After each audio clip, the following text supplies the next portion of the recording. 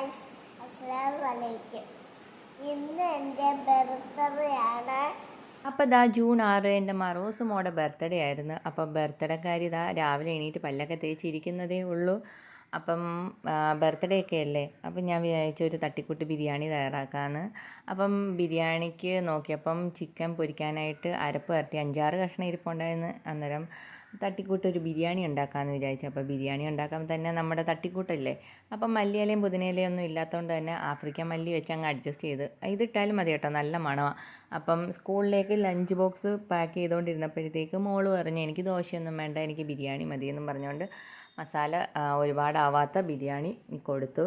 പിന്നെ മറൂസിനെ റെഡിയാക്കി ആ വീഡിയോ ഒന്നും എടുത്തിട്ടില്ലായിരുന്നു. അപ്പോൾ ദാ ഇത് മീഷോയിൽ നിന്ന് വാങ്ങിച്ച ഫ്രോക്കാണ്. അപ്പം ഒരുങ്ങി സുന്ദരിയായിട്ട് വന്ന് അപ്പം ദാ എൻ്റെ അത്ത മോൾക്ക് ബർത്ത്ഡേയുടെ ഗിഫ്റ്റൊക്കെ കൊടുക്കുകയാണ്. ഒരുപാട് വലിയ ഗിഫ്റ്റൊന്നും അല്ല, പക്ഷേ മറൂസിന് ഇഷ്ടപ്പെട്ട ഗിഫ്റ്റുകളാണ് കേട്ടോ. എൻ്റെ അമ്മായും അത്തായും ഗിഫ്റ്റൊക്കെ കൊടുത്തു. പിന്നെ മറൂസിന് എപ്പോഴും വേണമെന്ന് പറയുന്ന ഒരു ഗിഫ്റ്റാണ് വല്ലിക്കായും കൊച്ചിക്കായും കൂടെ കൊടുത്തത്. അപ്പോൾ അതൊരു വാച്ചാണ്. അപ്പം മോള് എപ്പോഴും മീഷോയിലും അതിലും ഇതിലൊക്കെ നോക്കുമ്പോഴത്തേക്ക് പറയും എനിക്കും വാച്ച് വേണം. സമയമൊന്നും നോക്കാൻ അറിയത്തില്ല, പക്ഷേ എനിക്ക് വാച്ച് വേണമെന്നും പറഞ്ഞുകൊണ്ട് എപ്പോഴും പറയുമായിരുന്നു. അങ്ങനെ ദാ മോൾക്ക് വാച്ച് വാങ്ങിച്ചു കൊടുത്തു. 98 രൂപയേ ആയിട്ടുള്ളൂ. 100 എത്ര രൂപയാണ് കാണിച്ചത്.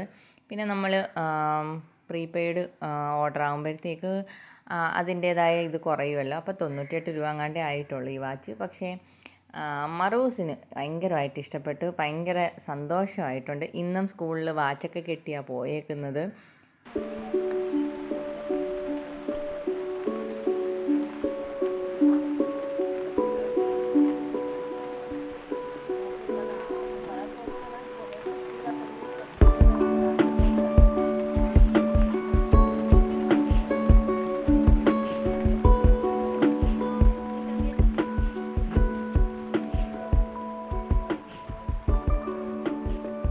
അപ്പം നമ്മുടെ മറൂസ് വാച്ചൊക്കെ കെട്ടി സ്കൂളിൽ പോയി. അപ്പോൾ സ്കൂളിൽ പോയപ്പം ഞാൻ വേറൊരു ഉടുപ്പും കൂടെ കൊടുത്തു വിട്ടിട്ടുണ്ടായിരുന്നു മാറാനായിട്ട്. അപ്പോൾ ആ സ്കൂളിൽ നിന്ന് തിരിച്ചു വന്നപ്പോൾ ഈ ഒരു ഉടുപ്പിട്ടുകൊണ്ടാണ് വന്നത്.